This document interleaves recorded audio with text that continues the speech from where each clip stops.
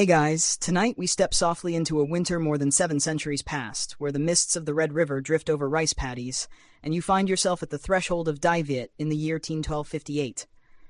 The night hums with cicadas, the kind of sound that feels timeless, and you're about to watch a tiny kingdom brace itself against the largest empire the world has ever known. You probably won't survive this, honestly. Few people could have faced the Mongols and lived to tell the tale.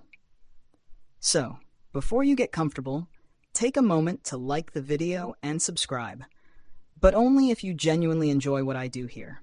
And if you feel like sharing, post in the comments where you're listening from and what time it is for you right now.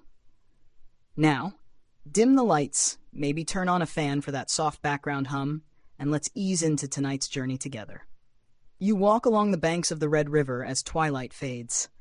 The capital of Tanglong, seat of the Tran dynasty, glows faintly with lanterns. Somewhere inside the palace, King Tran Taitung wrestles with news of an army approaching from the north. The messengers ride hard, their horses sweating, and each report grows more troubling. The Mongols have crossed mountains and rivers before. Now they're at Dai Viet's doorstep. The streets around you are alive, but hushed, like the city knows something is coming. Vendors still pack rice cakes. Children still chase each other with reed whistles, but you notice the glances, quick, nervous flickers at every rider who enters from the north. You breathe in the damp smell of the riverbank mixed with smoke from cooking fires, and it clings to your clothes like worry. This is the first Mongol invasion of Dai Viet, and though it will last only a short time, the weight of it presses on everyone. You can almost hear the thoughts running through villagers' minds. What can farmers with bamboo spears do against horsemen who toppled kingdoms? You find yourself imagining the Mongols as shadows on the horizon. 30,000 riders, led by Uriankatai. His name itself feels like a storm. They've chased the Song dynasty, they've carved into Yunnan, and now, perhaps just because Dai Viet sits inconveniently in their path, they're here. Historians still argue whether this campaign was about conquest or simply a probing raid for resources. But in this moment, to the people of Dai Viet, the reason hardly matters. You stroll past the citadel walls, noticing their brickwork worn smooth by decades of sun and rain. On one tower, a guard shifts uncomfortably, spear in hand, his gaze fixed north. He looks young, barely old enough to have a beard. You almost want to tell him to go home, to put down the spear, because the Mongols are coming and he'll need more than courage. But he stays. Just as every family in the city stays for now. A bell sounds from a pagoda across the river. Its deep resonance settles in your chest. Monks shuffle inside, their saffron robes brushing against stone. They chant slowly, and their voices weave into the hum of the city, as though the entire population is whispering, "Hold fast, hold fast." You stand a while, listening, letting the sound lull you, like waves against the shore. Then suddenly the atmosphere thickens. A rider bursts through the city gate, mud splattering his horse's flanks. He dismounts, collapses, gasping words you can barely catch. They are close, the Mongols already across the border. The street freezes. A woman holding a basket of lychees clutches them tighter. A child stops mid-laugh. Even the dog lying by the food stall lifts its head, ears pricked. You glance south, toward fields and villages scattered beyond the capital. They seem so peaceful, green paddies reflecting stars, farmers' huts glowing with oil lamps. It's hard to imagine that within days the entire rhythm of these lives may shatter. And yet, you can't help noticing something steady in the air too. For all their fear, the Tran dynasty is not without resolve. King Tran Taitung, though worn by age and illness, has already guided his kingdom through storms. He gathers his generals, including his son Tran Tung, and even whispers circulate of a younger commander, Tran Hung Dao, already showing a mind sharp enough to trouble even Mongol strategists in years to come. You picture them in the royal hall, lamps flickering, maps unrolled on lacquered tables. They weigh impossible numbers. 30,000 horsemen against a kingdom of just a few 100,000 souls. They don't have endless resources, but they do have the advantage of rivers, jungles, and resilience, born of farming rice in floodplains that demand patience. Outside, ordinary life tries to go on. A fisherman adjusts his nets by torchlight, muttering that if the Mongols steal his catch, he'll just catch more.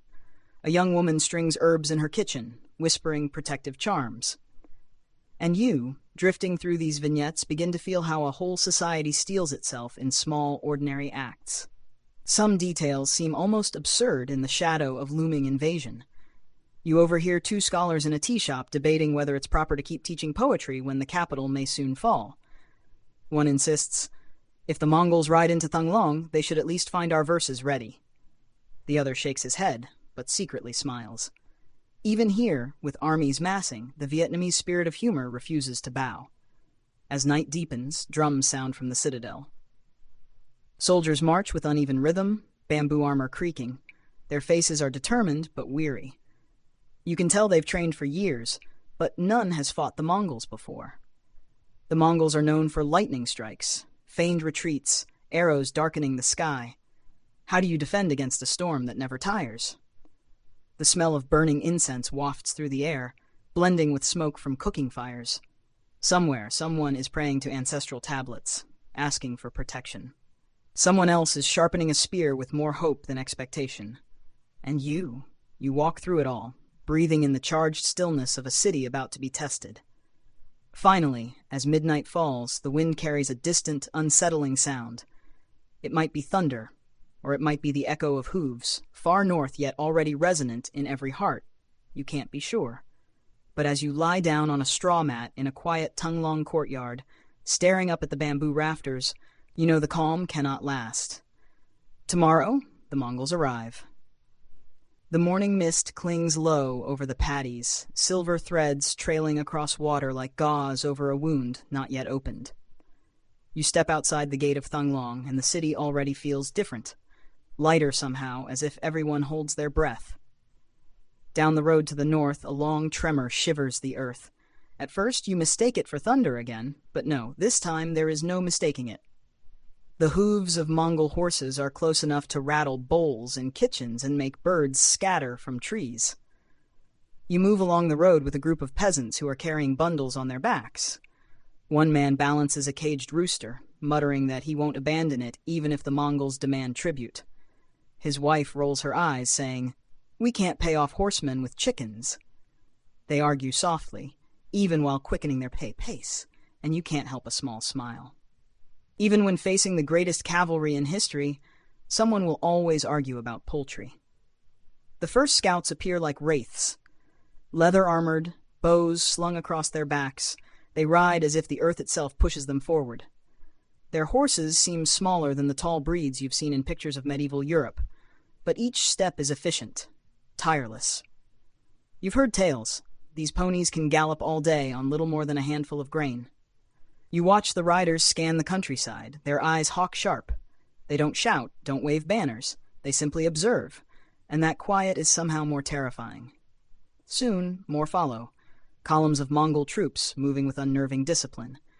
30,000 strong, though some chroniclers suggest the number may have been smaller.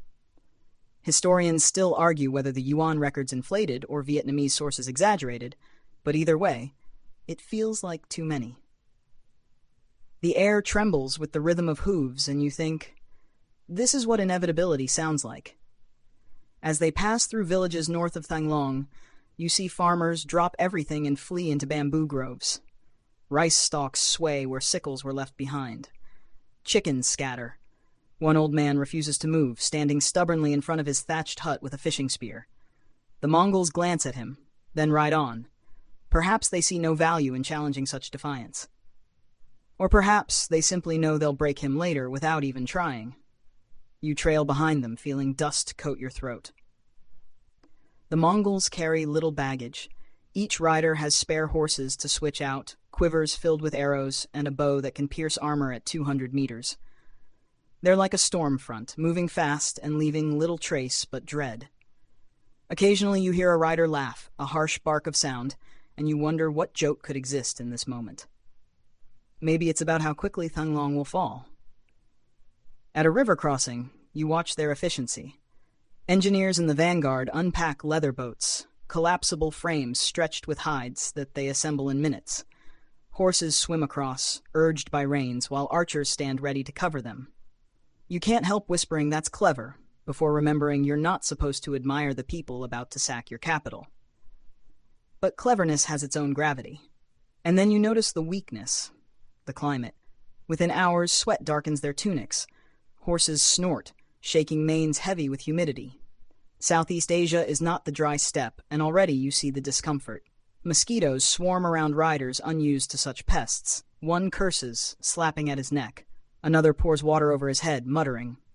The empire that conquered Persia and Russia suddenly looks just a little less invincible under the dripping canopy of tropical trees.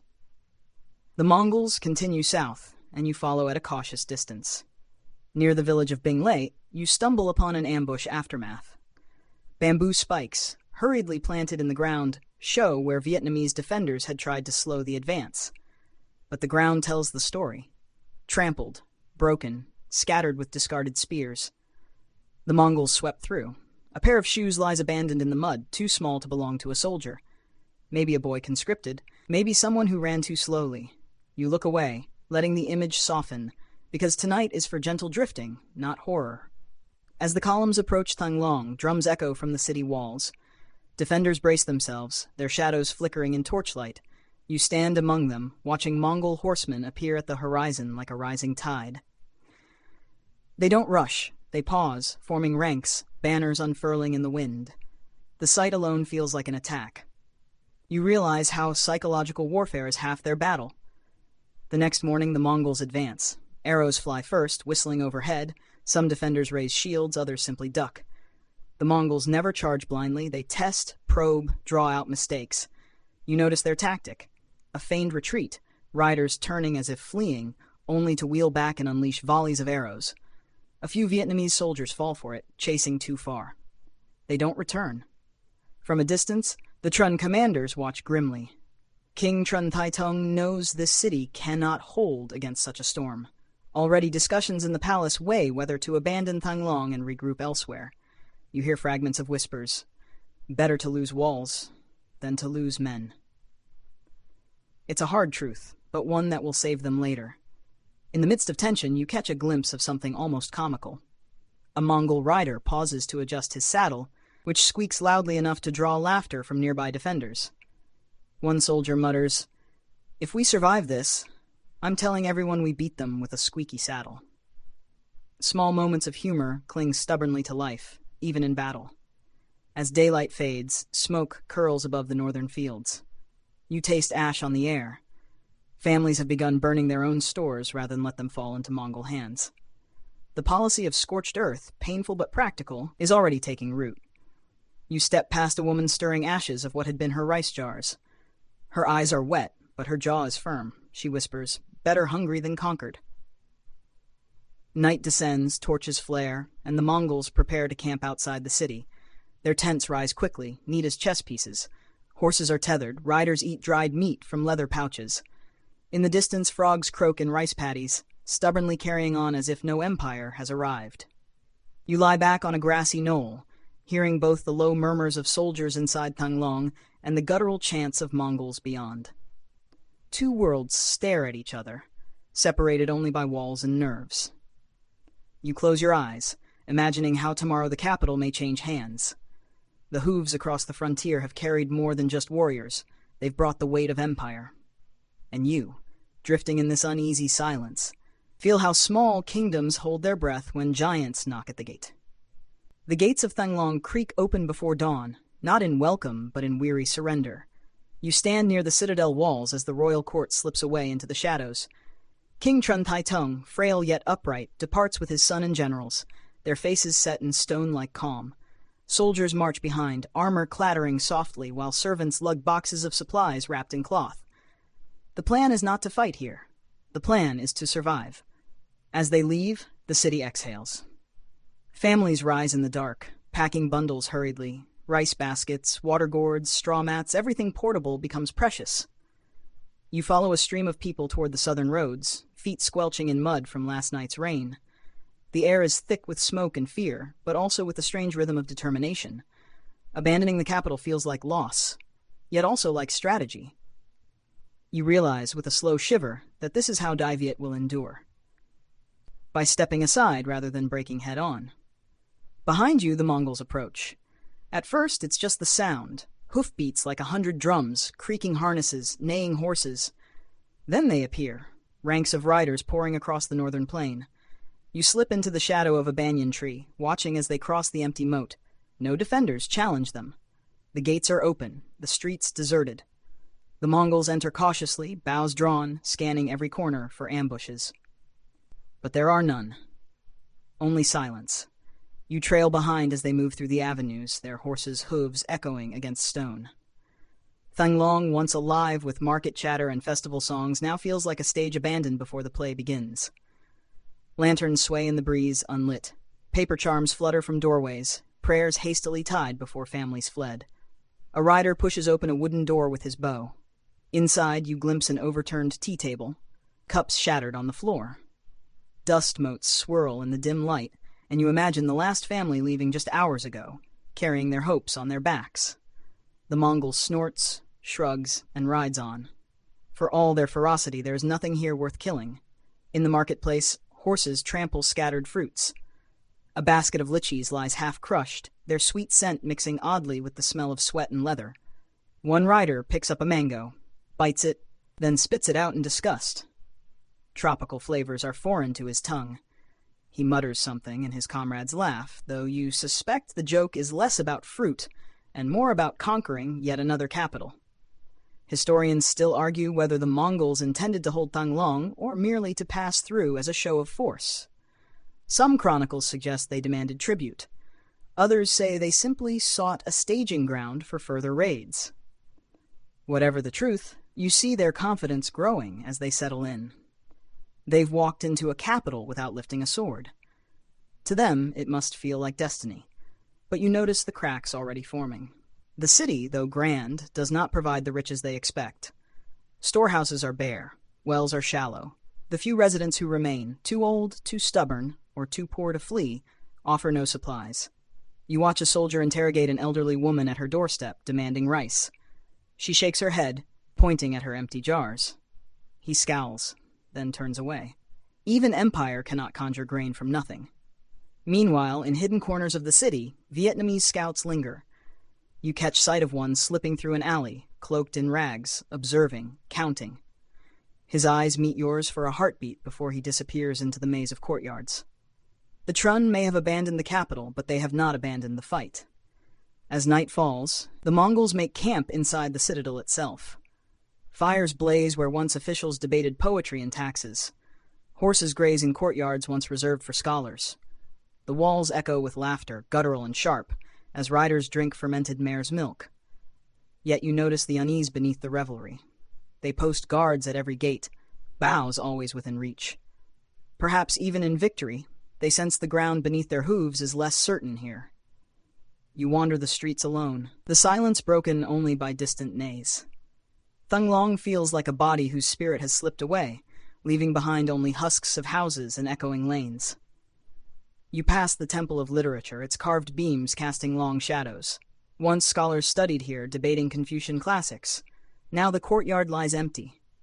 A single paper scroll flutters on the ground, illegible by moonlight.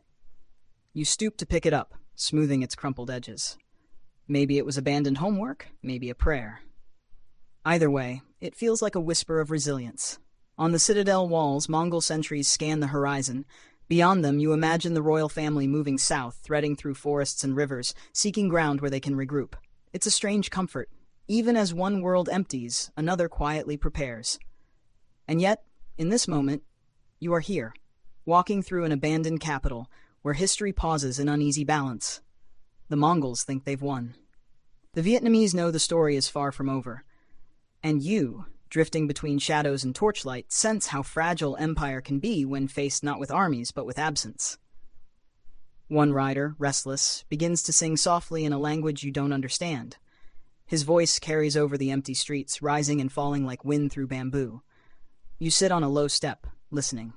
For a moment, the melody almost lulls you, almost makes you forget the conquest. Almost. But then you remember. The capital may be theirs tonight, but the land, the rivers, the people, those belong to Dai Viet, and they are not done yet. The days drag heavy and wet, like blankets soaked in monsoon rain.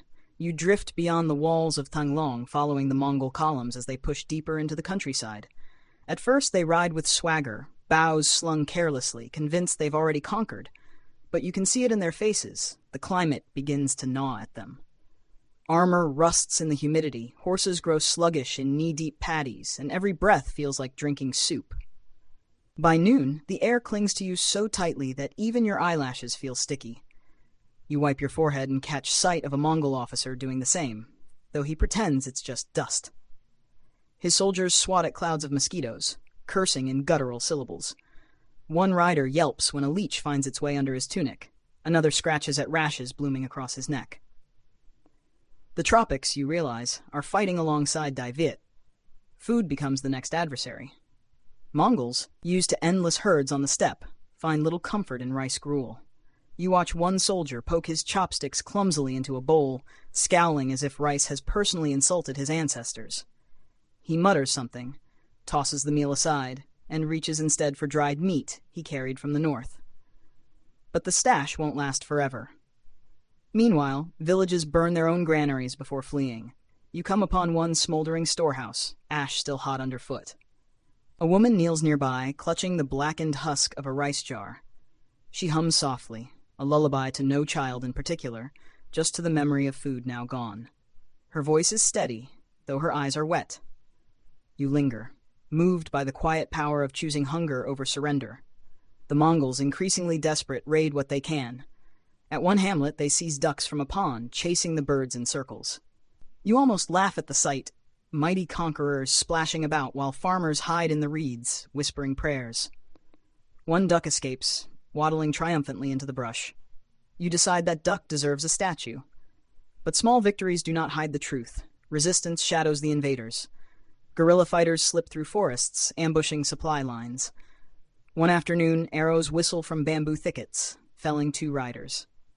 By the time Mongols charge into the grove, the attackers are gone, leaving only footprints that vanish into mud. You imagine Tran scouts grinning somewhere, satisfied that even a single arrow is a pebble in the Empire's boot. At night, the jungle chorus grows louder, frogs, crickets, unseen things moving in the dark. Mongols light fires to keep the noises at bay, yet the shadows always feel close. You sit near one camp, watching as a rider dozes, jerks awake, dozes again. His horse shifts restlessly, as if sensing the unfamiliar spirits of the land. Somewhere in the trees, you swear you hear laughter, soft and mocking. Perhaps it's only the wind, but you prefer to think the jungle itself is amused. Historians still argue whether the Tran dynasty orchestrated this resistance with central planning, or whether it was simply ordinary villagers defending their homes. Either way, the effect is the same. The Mongols, so accustomed to open-field dominance, find themselves harassed by an enemy that refuses to stand still. You picture the Empire's generals scratching their heads, frustrated that a small kingdom fights with rivers and forests instead of lines and banners. You stumble upon an abandoned camp the next morning. Mongols had stayed there briefly, hoofprints, ashes, bones of half-eaten meals. But scrawled on a wall of a nearby hut, you notice Vietnamese characters hastily brushed in soot. You lean closer. It reads, "The mountains and rivers of Dai Viet will remain." The handwriting is rough, but the message is clear. You smile faintly, thinking how graffiti sometimes outlives armies. Even within the Mongol ranks, strain shows. Horses stumble more often. Riders cough from damp air. A commander berates his men for moving too slowly, but his own voice cracks with fatigue. You see the same man later trying to scrape mold off his leather boots, muttering curses. Conquest is never glamorous up close. And then comes the rain. Sheets of water drench the land, turning roads to rivers. You trudge alongside the soldiers, mud sucking at your sandals. Horses sink to their knees, riders spattered head to toe. Boughs must be kept dry, but nothing stays dry. One soldier tries to shield his quiver with a saddle flap, only to trip and land face first in a puddle. His comrades roar with laughter, the kind that carries desperation inside it. You chuckle too, it's impossible not to, but the humor only highlights the misery. You imagine the Tran commanders far away, listening to these reports with satisfaction. They don't need to win every clash. The land itself is fighting for them. This is not the glorious victory Mongols are used to. This is attrition, erosion, the slow grind of climate and resistance. As the rain eases, you sit beneath a dripping palm, watching soldiers strip off wet tunics to wring them dry. Steam rises from the ground as the sun returns, and the air feels like soup again. You sigh, half in sympathy, half in smugness. After all, you've only been here for days, and even you want to nap for a century. Imagine riding horses in this. One soldier pulls a carved wooden amulet from his pouch, kissing it before tucking it back. You wonder where he got it. Perhaps from a captured villager, perhaps from home. Either way, even Empire's warriors carry talismans against the unknown. It reminds you that beneath the armor, they too are just men, longing for comfort in a land that gives none. Night falls once more, and you lie on a mat of palm leaves, listening to the Mongols mutter in languages you can't understand. Beyond them, in the dark, the faint beat of a drum sounds, Vietnamese scouts sending signals across hills. The rhythm is distant, but it threads into your ears like a lullaby. You close your eyes, imagining the Mongols stirring uneasily, knowing that out there someone watches, someone waits. Tomorrow more rain will fall, more arrows will fly from shadows, and you, drifting on the edge of sleep, feel how even an empire can wither under jungle heat and hunger. The rivers run swollen with rain, brown currents curling around reeds and drifting bamboo. You follow the Mongol columns as they prepare to withdraw, their once proud formation now thinner, slower, and marked by exhaustion. Horses plod instead of gallop, riders slump in their saddles. You can almost taste the bitterness in the air, the taste of empire forced to retreat. At first, the Mongols try to hide it. Officers bark orders, banners still wave, and drums still beat. But you notice the cracks. Men with bandaged feet limping beside their horses, half-empty quivers, hollow cheeks from dwindling rations. Conquest has turned into survival, and survival, in this land, is not guaranteed. The retreat begins along riverbanks, and you trail them closely. The Red River glimmers in the sun, deceptively calm. Small fishing boats float far away, just dots against the horizon. Yet you know those boats are not innocent. They're scouts. Eyes of the Tran, watching every move. At night, their lanterns flicker like will-o'-the-wisps, signaling silently to allies hidden on shore. One evening, as the Mongols attempt to ford a tributary, arrows rain down from both banks. The water churns with panic. Horses scream, riders tumble, the river swallowing armor with cruel ease. You crouch in the reeds, hearing the chaos echo across the valley. By the time the Mongols scramble to the far shore, soaked and shaken, the attackers are gone. Only ripples remain. Guerrilla warfare at its quiet, merciless best. The next days repeat this pattern. A supply cart vanishes overnight, leaving only hoofprints leading into a forest. A small detachment disappears after pursuing what looked like fleeing villagers, never to be seen again. Historians still argue whether these attacks were centrally coordinated by the Tran court or the spontaneous resistance of local communities. Either way, you can see the result. Mongols bleeding slowly, not in pitched battles, but in 1,000 small cuts. You pause at a riverside hamlet where the Mongols stop to rest. Soldiers collapse onto the ground, drinking greedily from gourds. Their armor smells of mildew, their hair matted from rain. One rider gnaws on a piece of dried meat, chewing as if it takes all the strength he has left. Across the river, hidden among banana trees, a group of Vietnamese peasants watch silently. They don't attack. They don't need to. Their very presence says enough. You are not welcome here. As the army trudges northward, retreat becomes obvious even to them. The laughter that once echoed through camps has thinned to mutters. Horses stumble more often. A commander shouts, but his voice cracks, betraying fatigue. You find yourself almost pitying them, men caught between an empire's ambition and a land that refuses to be tamed. Almost pitying, but not quite. The Tran forces, meanwhile, press gently but firmly from the edges. Scouts dart through bamboo groves, striking with spears before vanishing.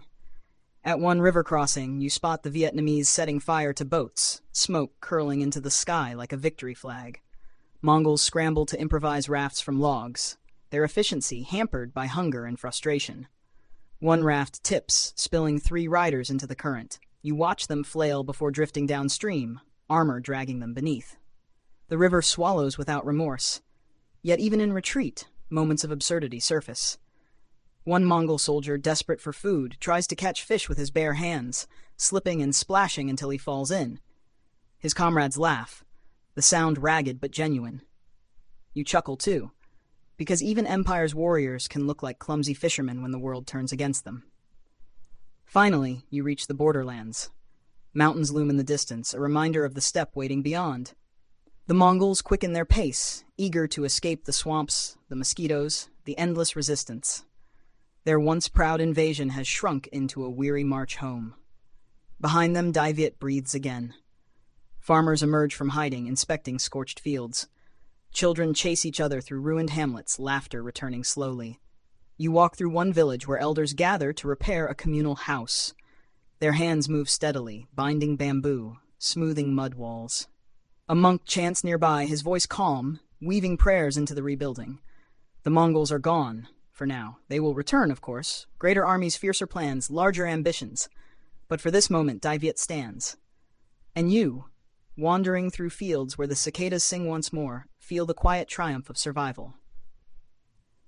The night deepens, and you lie on a straw mat beside the river. The sky glitters with stars, their reflections trembling on the water.